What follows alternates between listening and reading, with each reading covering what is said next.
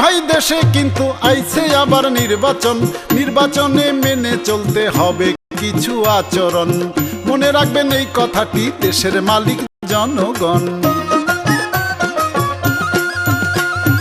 আপনি যদি নির্বাচনে প্রার্থী হতে চান, পারবেন না কোথাও দিতে কোনো অনুদান।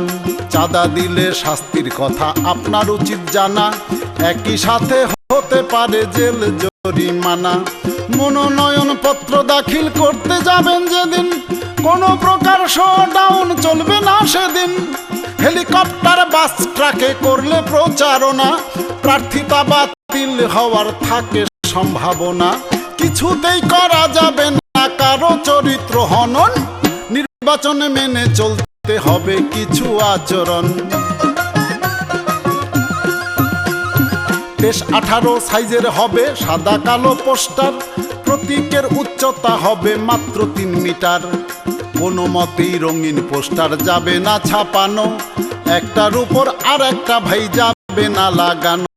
আরে বিকৃতি বিনষ্ট কিংবা যদি ছিঁড়ে ফেলে, সাথে সাথে অ্যাকশন নেবে থানায় খবর দিলে। বাড়ির ছাদে সেতু কিংবা রোড ডিভাইডারে যাবে না তো কিছুই লেখা ভোটের প্রচারে। আলোকসজ্জা নিষেধ আরো বানানো যাবে না তোরণ, নির্বাচনে মেনে চলতে হবে কিছু আচরণ। ইউনিয়নে ক্যাম্প থাকিবে মাত্র একটা করে, প্রচারণা নিষেধ মসজিদ গির্জা ও মন্দিরে। আরে ভোটার ভাইরা আপনাদের বলছি, এইবার নির্বাচনে যদি কোনো প্রার্থী আপনার যোগ্য মনে না হয়, তাহলে আপনি ইচ্ছা করলে না ভোট দিতে পারেন, উপরে কাহাকেও না হয়ে ক্রস প্রতীকে। আর ওই না ভোট যদি শতকরা 50 ভাগের বেশি হয়, তাহলে আপনার আসনে পুনরায় নির্বাচন অনুষ্ঠিত হবে।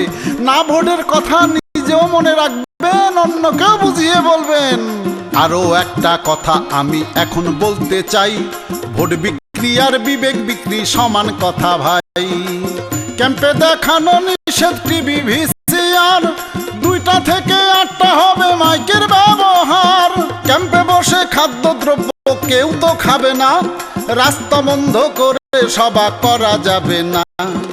আইনের প্রতি করতে হবে সবার শ্রদ্ধা প্রদর্শন, নির্বাচনে মেনে চলতে হবে কিছু আচরণ। শুনছেন ভাই দেশে কিন্তু আইছে আবার নির্বাচন, নির্বাচনে মেনে চলতে হবে কিছু আচরণ।